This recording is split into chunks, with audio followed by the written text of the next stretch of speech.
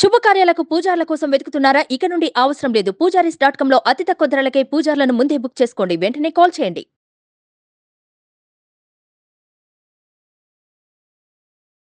నమస్తే, welcome to Suman TV. నేను మీ యామ్ని.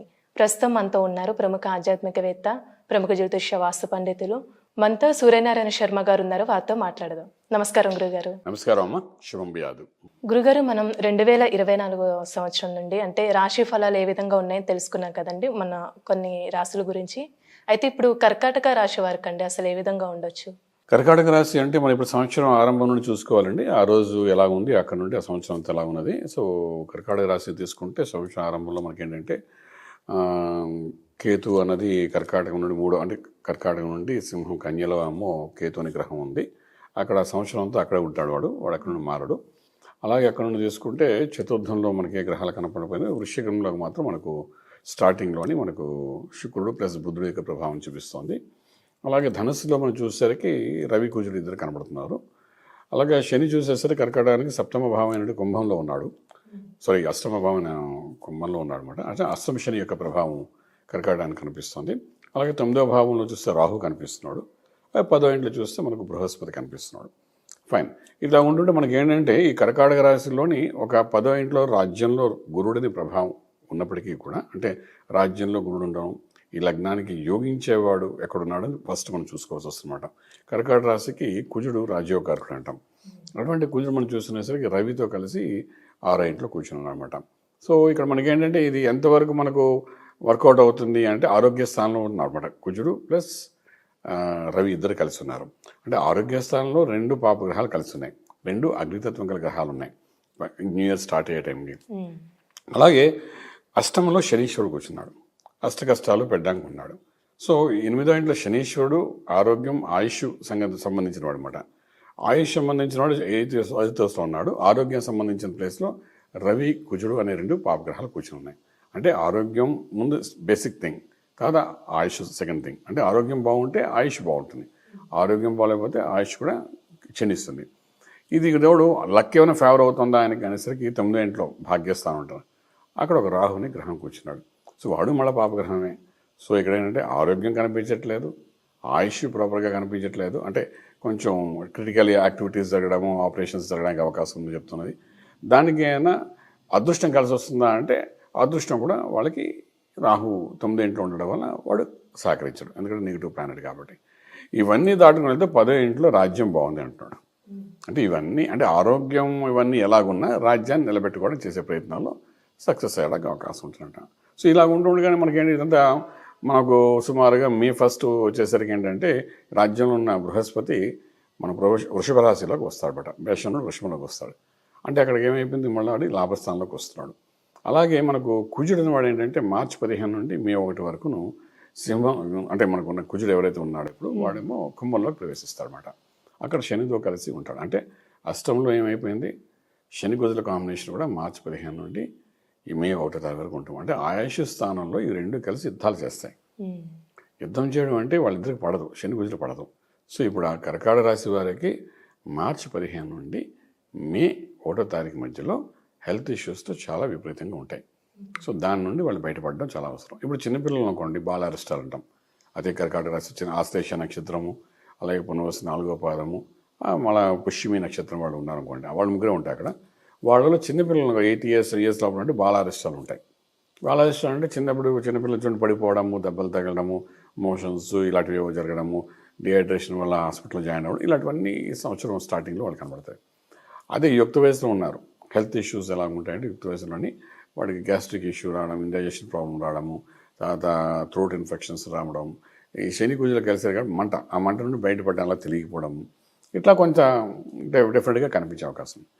అదే ఇంకొంచెం వయసు మళ్ళిన వాడు 60 ఏళ్ళు దాటేసి వాడుకుంటే ఇంకా ఏదైనా క్రానిక్ ఇష్యూస్ కనెక్ట్ అవ్వడము, లేదా చిన్న ఆపరేషన్ అవ్వడం, దానికి మల్టిపుల్గా క్లినికల్లీ బాడీలో ఏవో పాటలో పని చేయకపోవడము, దానివల్ల ఎంత మందు వేసినా ఏ మందు వేసినా కూడా అది పనిచేయక మెడికల్గా చాలా ఇబ్బంది పడ్డాము, ఇలాంటివి కొన్ని కనబడడానికి అవకాశం ఉంటుందన్నమాట. సో ఇది టోటల్లీ కర్కాటక రాశి వారికి ఎలా చూసినా సరే ఫస్ట్ హాఫ్లో మాత్రం హెల్త్ మీద అటాక్ చేయడానికి అవకాశం ఉందన్నమాట. సో హెల్త్ మీద అటాక్ చేస్తున్నాడంటే మామూలు విషయం కాదు, అది ఏ వయసులో వాళ్ళకైనా చూపిస్తాం. ఇప్పుడు కర్కాటక రాశిలో ఉన్నవాళ్ళు ఫర్ ఎగ్జాంపుల్ తీసుకుంటే మనకు తెలంగాణ ముఖ్యమంత్రి గారిని మనం చూసాం కూడా, అష్టమ శని ప్రభావం వల్ల ఆయన హాస్పిటల్లో ఉండడము, దెబ్బలు తగ్గడం అని చూసాం కదా. అది బాత్రూంలో జారేలో కాలు మొదలు పడ్డారు, మనకు సంబంధం లేదు అనుకోండి. ఇప్పుడు హాస్పిటల్కి వెళ్ళారు, ఆపరేషన్ చేసుకుంటున్నారు దిగువ భాగానికి. సో ఇవన్నీ ఎలా కనబడుతుందంటే కర్కాటక రాశిలో ఉన్న వాళ్ళకి ఏదో సమయంలోని, అంటే ఆయనకి అయింది కదా మన సంఖ్యలో గుద్దుగోకలే, మార్చి 15 నుండి మే 1 లోపల ఆల్మోస్ట్ 90% కర్కాటక రాశి వాళ్ళకి ఏదో ఒక దెబ్బలు తగులుతాయి, కన్ఫామ్గా తగులుతాయి. అది చిన్న పెద్ద డిపెండ్స్ అపాన్ ది మిగిలిన దశలు, అంతర్దశల ప్రకారము. దశలు అనుకూలిస్తే చిన్న దెబ్బలు తగులుతాయి, అనుకూలించకపోతే పెద్ద అవుతాయి. సో అది ఏదైనా జరిగితే అది క్రానిక్ ఇష్యూ కింద అవ్వడానికి అవకాశం ఉంటుంది. అది లైఫ్ లాంగ్ అది మచ్చలా ఉండిపోతుంది. ఇటువంటివి జరగడానికి అవకాశం అనమాట కర్కాటక. సో హెల్త్ మీద దృష్టి పెట్టాలి వాడు. ఫస్ట్ హాఫ్ హెల్త్ మీద దృష్టి పెడితే, ఇప్పుడు మనకు మే 1 నుండి ఏంటవుతుందంటే ఈ కుజుడు అన్నవాడు కుంభం నుండి మీనంలోకి వెళ్ళిపోతాడు. ఒకసారి మీనంలోకి వెళ్ళిపోయాడంటే ఈ డిస్టర్బెన్స్ అనేది తగ్గిపోతుంది అనమాట. అలాగే మనకు గురువు అనే గ్రహం కూడా మనకి ఏంటంటే మే తర్వాత వృషభంలోకి వస్తాడు, లాభంలోకి వస్తాడు. రావడం అది కూడా ఒక అంతరం మంచిది. భాగ్యంలో కుజుడు ఉండడం మంచిదే, అలాగే లాభంలో గురుడు ఉండడం కూడా మంచిదే. సో వీళ్ళకి ఏమైనా జరగాలి, మంచి జరగాలంటే ఆర్థికంగా తీసుకోండి, వ్యాపార రీత్యా తీసుకోండి, రాజకీయంగా తీసుకోండి, లేకపోతే ఇండస్ట్రీ, ఫిలిం ఇండస్ట్రీ రకంగా చేసుకోండి. ఏదైనా మే 1 తర్వాత ఒక మంచి పట్టు రావడానికి అవకాశం. అంటే మే అంటే ఆల్మోస్ట్ 5 నెలలు. ఫస్ట్ 5 months తోడ కన్ఫ్యూజన్ అనే వీళ్ళకి ఉండడానికి అవకాశం ఉంది, మనం చెప్పగలుగుతాం అంతవరకు అనమాట. అంటే ఈ రాశి వారికి ఏదైనా పరిహారం అలాంటివి ఏమి ఉన్నాయండి? పరిహారాలంటే ఇప్పుడు మనకు ఇది అష్టమ శని అంటే శని చేయవలసిన పని చేస్తాడు, చేసిన తర్వాత మనం ముందు వేసుకోవడమే. అంటే ఏంటంటే ఇప్పుడు వాడిని యుద్ధం చేయలేం, శని కుజులు కలిసినప్పుడు వాళ్ళదే ఒక పెద్ద యుద్ధం. ఆ సంధి కలిసి ఉండడమే ఒక మహాయుద్ధం. ఆ యుద్ధం అలా ఉండడం వల్లనే మనకు ప్రపంచంలో ప్రకృతి వైపరీత్యాలు జరుగుతున్నాయి. శని కుజులు అంటే ఈ జాతకాలు అనేవంటి ఏంటంటే జ్యోతిషాస్త్రం అనేది ఏంటంటే ప్రకృతిలో జరుగుతున్న వైపరీత్యాలు కానీ ప్రకృతిలో జరుగుతున్న మంచి చెడుల గురించి తెలుసుకోవడం కోసం ఈ జ్యోతిషాస్త్రం. ఇప్పుడు మనుషుల కోసం కూడా తెలుసుకుంటున్నాం, కానీ basically it is done for nature అనమాట. నేచర్లో ఎప్పుడు ఎలా ఉంటుంది, పాడి పంట ఎలా పండుతుంది, ప్రకృతిలో ఎటువంటి మార్పులు జరుగుతాయి, ఎండాకాలం ఎంతకాలం ఉంటుంది, వర్షాలు ఎలా పడతాయి, ఇవన్నీ తెలుసుకోవడానికి జ్యోతిషాస్త్రం ఫ్రమ్ ది బిగినింగ్ కొన్ని వేల సంవత్సరాల నుండి ఈ శాస్త్రాన్ని దానికోసం వాడుకునేవారు. సో ఇప్పుడు ఏమైందంటే ఆ ప్రకృతిలో మనకు వచ్చే వైపరీత్యాలు అనేది మీకు మార్చి 15 నుండి మే వరకు కనిపిస్తాయి. అందులో ఏంటంటే జనరల్గా అందరికీ ప్రకృతిలో మార్పులు వస్తున్నప్పుడు అందరూ దాని ఇంపాక్ట్ పడుతుంది. కానీ కర్కాటక రాశి వాళ్ళకి పూర్తిగా దానికి ఎఫెక్ట్ పడిపోతుంది వాడి మీద. మిగిలిన వాళ్ళకి ఏదో గొడుగు పెట్టినట్టుగా ఎండాకాలం వర్షాకాలం గొడుగు పెట్టుకుంటారు కదా, పట్టుకున్నవాడికి ఏం కాదు కదా, అలాగ ఉంటుంది మిగిలిన వాళ్ళకి. వీడు ఒక్కడికే కర్కాటక రాశి వాళ్ళకి ఇవన్నీ ఇబ్బంది కలుగుతుంటాయి అన్నమాట. సో ఇలాంటప్పుడు ఏంటంటే ఈ కుజుడు శని 2 కాంబినేషన్స్లో అక్కడ ఎఫెక్ట్ అవుతుంది. కాబట్టి ఫస్ట్ హాఫ్లో సుబ్రహ్మణ్యేశ్వర స్వామికి ఆరాధన చేయడం, అభిషేకం చేయడం, ఇవన్నీ బాగా పనిచేస్తాయి. అలాగే శివుని కూడా ఆరాధన, పంచశక్తులు ఉన్నాయి కాబట్టి నమ్మకం, చమకం, రుద్రం, శ్రీశక్తం, పురుషశక్తం 5 ఉన్నాయి. ఈ 5లో ఏదో ఒక దాంట్లో అభిషేకం చేసుకోవడం, ఇంట్లో చక్కగా తీర్థం తీసుకోవడం, మన వాళ్ళు ఎవరైనా హిందువులైనా వాళ్ళంతా వాళ్ళ చేసుకుంటే ఏంటంటే కొంతవరకు ఈ ఆయుష్, అన్నిటికీ ముఖ్యం ఆయుషే కదండి. సో మనకేంటి ఆ స్పీడ్ లెవెల్స్ తగ్గించేస్తుంది. డైనమిక్ ఉన్నవాడు కూడా ఈ హెల్త్ ఇష్యూ రాగానే ఒక్కసారి పడిపోతాడు కిందకి.